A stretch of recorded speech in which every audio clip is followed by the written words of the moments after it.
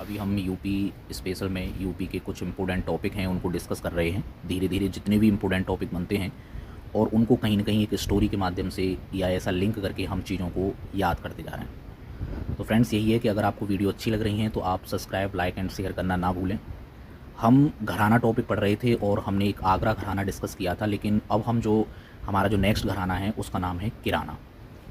Friends, एक चीज़ आपको देखनी है कि अगर हम किराना घराना की बात करते हैं, किराना जो घराना है उसके बारे में अगर हम बात करें, किराना जो घराना है इसके बारे में, तो जो किराना घराना है यहाँ से जैसे ही एग्ज़ाम में अगर कोई क्वेश्चन पूछा जाता है तो आपको किराना से करीम खान याद रखना है। किराना करीम खान मतलब कहने का मतलब यही है कि जब भी एग्ज़ाम में क्वेश्चन किराना आपको दिखाई दे या एग्ज़ाम में क्वेश्चन किराना घराने से बनता है और आपको कहीं ना कहीं किराना दिखाई देता है तो आपके माइंड में एक चीज़ क्लिक होनी चाहिए जिसका नाम है करीम खान, क्योंकि हर घराने के संस्थापक इम्पोर्टेंट हैं। एग्ज़ाम क्वेश्चन को पूछ लेता है यहाँ से बना के। तो किराना मतलब करीम खान, तो इसके जो संस्थापक करीम खान हो गए। मुख्य विधा स्टाइल जो होती है इसकी वो इतनी इंपॉर्टेंट नहीं होती है। इसकी ख्याल गायकी हो गया, शास्त्रीय गीत हो गया, ये क्या हो गई, इसकी मुख्य विधा हो गई।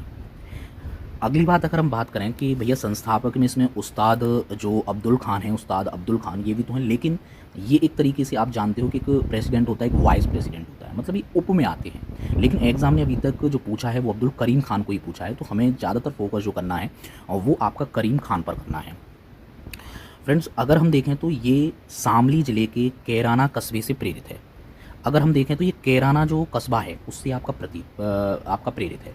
और यहाँ से पूछता है वो कि ये बताओ वो कौन सा घराना है जो कि एक कैराना कस्बा है उससे प्रेरित है। अब देखो फ्रेंड्स, एक फिर चीज़ दिखाई दे रहा है कि किराना मतलब क से शुरू हो रहा है किराना, और संस्थापक भी आपका करीम खान, मतलब किराना करीम, किराना करीम, और किराना कस्बा नाम भी क्या दे रखा है, किराना कस्बा। तो कैराना जो कस्बा है वो आपका शामली ज़िले का कस्बा है। ये कहाँ पड़ता है, शामली। अगर जब कैराना कस्बा किस ज़िले से प्रेरित है, उत्तर प्रदेश के किस ज़िले से प्रेरित है, तो फ्रेंड्स आपको याद रखना है कि जो कैराना कस्बा है वो शामली ज़िले से प्रेरित है। यहाँ से अगर किराना घराने से क्वेश्चन पूछता है तो वो यहीं से बनाता है, 2-3 जगह से।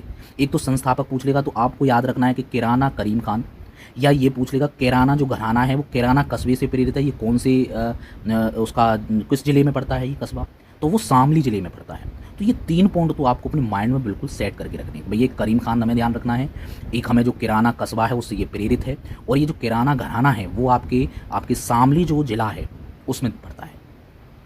जब फ्रेंड्स हम आगे की बात करते हैं तो आगे हम देखें कि इसके जो मुख्य कलाकार हुए वो कौन कौन से हुए। देखो, मुख्य कलाकार में अगर मैं बात करूँ तो मुख्य कलाकार में इसमें पंडित जो भीमसेन जोशी है ना, ये फेमस है। इसमें फेमस मतलब भैया यहीं से क्वेश्चन वो अक्सर पूछता है। भीमसेन जोशी को क्यों, क्योंकि इनको इसके क्षेत्र में भारत रत्न दिया जा चुका है, और वो भी कब दिया है, 2009 में। एक गंगूबाई हंगल हैं, एक आपके प्रभा अत्रे हैं। देखो, प्रभा अत्रे से भी क्वेश्चन देखने के लिए मिला है, इसलिए मैंने इसको इंपोर्टेंट मार्क कर दिया है। भीमसेन जोशी हो गए, प्रभा अत्रे हो गए, गंगूबाई हंगल हो गई, और हीराबाई बड़ौदकर, और एक सवाई गंधर्व से भी कभी कभी एग्जाम में क्वेश्चन बनता है, इसलिए मैंने सवाई गंधर्व लिख दिया है इसमें। सवाई गंधर्व कौन थे, क्यों क्वेश्चन बन रहा है यहाँ से, क्योंकि जो सवाई गंधर्व थे ये क्या थे, ये भीमसेन जोशी व गंगूबाई के गुरु थे, इसलिए यहाँ से क्वेश्चन बनता है। ये पूछा जाएगा कि जो सवाई गंधर्व थे वो किस घराने के प्रमुख कलाकार थे, तो आपको याद रखना कि सवाई गंधर्व जो थे वो आपके किराना घराने के कलाकार थे। अगर वो पूछता है कि ये बताओ किराना घराने के मुख्य कलाकार भीमसेन जोशी व गंगूबाई के गुरु कौन थे, तो भी आपको याद रखना है कि सवाई गंधर्व थे। तो फ्रेंड्स, हमें बस इसमें 3 से 4 पॉइंट ये याद रखना है कि भैया अपने माइंड में इन चीज़ों को रिकॉल करना बार बार कि भैया ऐसा है कि किराना जो घराना था वो जो है आपका उसके संस्थापक करीम खान हो गए। भैया ये शामली जिले का एक किराना कस्बा है, उससे ये प्रेरित है। इसके प्रमुख कलाकार पंडित भीमसेन जोशी, गंगूबाई हंगल, प्रभा अत्रे, हीराबाई बड़ौदकर, सवाई गंधर्व, जिसमें आपके पंडित भीमसेन जोशी और प्रभा अत्रे बहुत इंपॉर्टेंट हैं, लेकिन इसमें एक सवाई गंधर्व हुए जो कि आपके भीमसेन जोशी व गंगूबाई के कौन थे, गुरु थे। किराना घराने में बस आपको इतना ही याद रखना है, ज़्यादा नहीं, जितना एग्ज़ाम के पॉइंट ऑफ व्यू से, जितना हमारा एग्ज़ाम डिमांड करता है उस तरीके से ही हमें चीज़ों को देखना है। फ्रेंड्स, अगर हम अगले घराने की बात करते हैं तो अगला घराना आ जाता है हमारा लखनऊ घराना, जो कि इम्पोर्टेंट होने वाला है बहुत ज़्यादा। लखनऊ जो घराना होता है वो इम्पोर्टेंट क्यों है भैया, हमें थोड़ा सा समझाइए कि जो लखनऊ घराना है आप उसे इम्पोर्टेंट कैसे बता रहे हैं और हम इसको कैसे कैसे याद कर सकते हैं। फ्रेंड्स सबसे पहला क्वेश्चन तो यहीं से बन जाता है कि ये बताओ काल का विंदादीन घराना किस घराने को कहा जाता है। काल का विंदादीन घराना किस घराने को कहा जाता है। फ्रेंड्स जितने भी इसमें लिखा है वो मैंने आपको समझा रहा हूँ, लेकिन जितने क्वेश्चन और भी बने हैं जो इसमें नहीं है वो भी मैंने अपडेट कर करके उनको भी यहाँ मेंशन कर दिया है, जिससे कि यूपी एग्ज़ाम जितना डीप जा रहा है वहाँ से कोई भी क्वेश्चन हमारा रह नहीं सके। तो काल का विंदादीन घराना पूछा जाएगा, काल का जो विंदादीन घराना है ना किस घराने को कहा जाता है, तो आप कह दोगे भैया वो लखनऊ घराने को कहा जाता है। भैया मुख्य विधा स्टाइल तो इतनी इंपॉर्टेंट नहीं होती है, पर हमें थोड़ा सा माइंड में तो रखना है इसका जो ख्याल, ढुमरी, तबला वादन और कथक नृत्य जो हैं इसकी मुख्य विधा है भैया।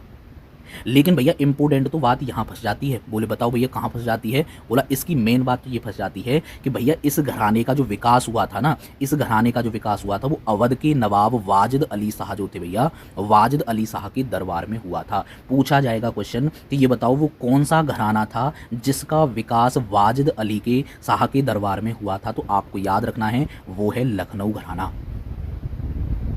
वाजिद अली जो थे, वाजिद अली शाह के दरबार में हुआ, ये पॉइंट आपको याद रखना है यहाँ से। अच्छा एक बहुत इससे भी ज़्यादा इंपॉर्टेंट ये बनता है, आपसे ये पूछा जाएगा कि ये बताओ कि वो लखनऊ घराने के तबला घराना, भाई लखनऊ में अगर अंदर जाओगे आप, लखनऊ घराने में अंदर जाओगे तो उसमें आपको बहुत सी स्टाइल देखने के लिए मिलती है, मतलब मुख्य विधाएं देखने के लिए मिलती हैं। तो उसमें जो लखनऊ घराना है ना वो ज़्यादातर जो फेमस हुआ ना वो तबला घराने को लेकर हुआ। भैया क्यों, ऐसा क्यों कह रहे हो, लखनऊ घराने में जो तबला घराना था उसकी जो वक्सू खान थे, वक्सू खान, और जो कथक के लिए जो थे ईश्वरी प्रसाद, इनको ही श्रेय दिया जाता है इस घराने का नाम ऊपर करने में। आपने फ्रेंड जाना होगा कि हमारा जो कोई भी फैमिली होती है उसमें कोई बंदा जॉब से लग जाता है तो आपने देखा होगा उस फैमिली की कितना सम्मान, कितना वो प्रतिष्ठा बना देता है समाज में। ऐसे ही जब लखनऊ घराना आपका देखा तो उसमें जो लखनऊ घराने में अंदर अगर देखा जाए तबला घराना, क्योंकि बहुत विधा है इसकी, तो तबला जो घराना था, तबला घराने में जो बक्सू खान थे ना, उन्होंने इस घराने को बहुत ऊंचा उठा दिया। तभी से ये मतलब बक्सू खान, और इधर आपके जो कथक जो थे उसके जो ईश्वरी प्रसाद थे उनको मतलब इस घराने का मेन जो श्रेय दिया जाता है वो इन्हीं को जाता है। तो एग्जाम जब ये बताओ जब इनको श्रेय दिया जा रहा है तो क्वेश्चन भी यहीं से ज़्यादातर बनते हैं। तो आपको फ्रेंड्स ये बहुत फोकस करना है कि भैया हमें ये फोकस बहुत करना है कि भैया जो आपका बक्सू खान थे ना, बक्सू खान ये लखनऊ घराने के तबला घराने के वो थे, और कथक के लिए आपके ईश्वरी जो प्रसाद थे उनको श्रेय दिया जाता है। लेकिन फ्रेंड्स यहाँ पे भी एक पेच लगा दिया है भैया। क्या, एक बार उसने ये कहा कि कथक के वो कौन से पर्सन हैं, वो कौन से व्यक्ति थे जिनको लखनऊ घराना को बहुत ज़्यादा श्रेय दिया गया, उसमें ईश्वरी प्रसाद आपका ऑप्शन था ही नहीं। तो फ्रेंड्स उसमें आपको मिला ठाकुर प्रसाद, उसमें आपको क्या मिला, ठाकुर प्रसाद मिला। तो ये भी आपको याद रखना है, ठाकुर प्रसाद इतने इंपॉर्टेंट नहीं, ईश्वरी प्रसाद, लेकिन हमें ठाकुर प्रसाद भी, क्योंकि यहाँ से क्वेश्चन बना लिया है उसने, तो आपको ये पॉइंट यहाँ से याद रखना है। विशेषताएं आपको इसकी याद नहीं करनी है। भैया एक बात बताओ कि आप ये कह रहे हो कि इसमें जो लखनऊ घराना था उसमें लखनऊ का जो तबला घराना था वो काफ़ी फेमस रहा, इसलिए उसने लखनऊ घराने को फेमस कर दिया, तो थोड़ा इसके बारे में आप बताओ। तो यहाँ मैंने थोड़ा सा यहाँ मेंशन किया है जो इंपॉर्टेंट पॉइंट बनते हैं, उसमें पूछा है कि लखनऊ का अगर तबला घराने की अगर मैं बात करूँ तो तबला जो घराना है उसके संस्थापक कौन रहे। भाई इसके संस्थापक रहे मोदू खान एंड बक्सू खान। इंपॉर्टेंट बनता है, पूछा भी जा सकता है। और इसकी जो शैली थी उसको भाई पूरबबाज या फिर खुलाबाज कहा जाता था। याद रखना वो कौन से, या ये पूछा जा सकता है कि जो आपका लखनऊ घराने के कौन सी जो स्टाइल थी, कौन सी जो विधा थी, उसकी शैली को पूरबबाज या खुलाबाज कहा जाता था। तो आप कहोगे भैया वो था आपका लखनऊ घराने का तबला घराना। ये बताओ लखनऊ घराने के तबला जो घराना था उसके संस्थापक कौन हुए, तो आप कह दोगे भैया मोदू खान और बक्सू खान। क्योंकि जितने भी इंपॉर्टेंट पॉइंट बनते हैं वो सारी चीज़ें यहाँ मेंशन कर दी हैं। अब इसके प्रमुख कलाकार, भैया विशेषताएं, विशेषता से कोई क्वेश्चन नहीं, बस लिखा हुआ है वो रीड करना है केवल। उसके बाद प्रमुख कलाकार आ जाते हैं। जब हम प्रमुख कलाकार पे जाते हैं तो प्रमुख कलाकार कौन से इंपॉर्टेंट हैं इसमें जो गायन की एक बेगम अख्तर थी जिनको मलिकाए गज़ल भी कहा जाता था। पूछा गया है कि जो लखनऊ घराना है उसमें एक गायन शैली में बेगम अख्तर थी जिनको क्या कहा गया, तो उन्हें कहा गया मलिकाए गज़ल। एक कथक के यहाँ पंडित बिरजू महाराज रहे जो बहुत इंपॉर्टेंट है, पूछे जाते हैं कि पंडित बिरजू महाराज किस घराने से रिलेट करते हैं, तो आपको बताना है कि वो लखनऊ घराना है। और इनको रीड कर लेना है आप सभी को। पंडित लक्ष्मू महाराज, शंभू महाराज, कालका प्रसाद, तबला में आपके उस्ताद आफका हुसैन खान भी रहे, सितार में उस्ताद इलियास खान भी रहे। अच्छा एक याद रखना कि अगर उसने पूछा कि ब्रजमोहन जो मिश्र हैं वो किस घराने से रिलेट करते हैं, तो याद रखना कि पंडित जो बिरजू महाराज थे उनका नाम ही ब्रजमोहन मिश्र था, जो रियल नेम होते हैं ब्रजमोहन मिश्र था। तो फ्रेंड्स ये जितने भी इंपॉर्टेंट बने इन घरानों से, और मैंने जितने भी बन सकते थे वो मैंने सारे डिस्कस किए हैं। इसलिए फ्रेंड्स आपसे मेरी एक ही रिक्वेस्ट है कि आप इन चीज़ों को ऐसे ही लिंक करके, रिलेट करके चीज़ों को आपको ये याद करने हैं। और अगर फ्रेंड्स ये वादा रहा मेरा कि जितने भी इंपॉर्टेंट क्वेश्चन बनते हैं और यहाँ से अगर क्वेश्चन एग्जाम में बनता है तो मुझे नहीं लगता कि 95% आपको यहीं से मिलेगा, 5% की तो मैं नहीं बोल सकता। तो फ्रेंड्स अगर आपको वीडियोस अच्छी लगी हैं और अच्छी लग रही हैं तो आप लाइक, सब्सक्राइब एंड शेयर ना करें, क्योंकि फ्रेंड्स जब जब मैं वीडियो आपको सामने लेके आऊँ तो आपको सबसे पहले नोटिफिकेशन आपके सामने पहुँचे और आप भी इन चीज़ों का बेनिफिट उठा सकें। ठीक है फ्रेंड्स, धन्यवाद।